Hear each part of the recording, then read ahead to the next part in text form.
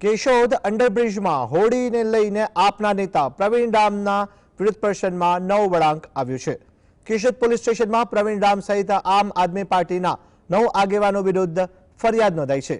જે હોળી લઈ વિરોધ પ્રદર્શન કરાયો તે હોળી સરકારે અખોદડ ગ્રામ પંચાયતને બચાવ કામગીરી માટે આપી હતી, પરંતુ આપના નેતા સામે વિશ્વાસઘાત કરી સરકારી હોળીનો દુરુપયોગ કર્યો અને તેનો વિરોધ પ્રદર્શન માટે ઉપયોગ કર્યા હોવાનો આરોપ લગાવાયો છે।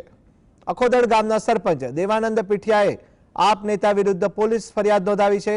આ મામલે પોલીસે ફરિયાદ નોંધી સઘન તપાસ હાથ ધરી છે।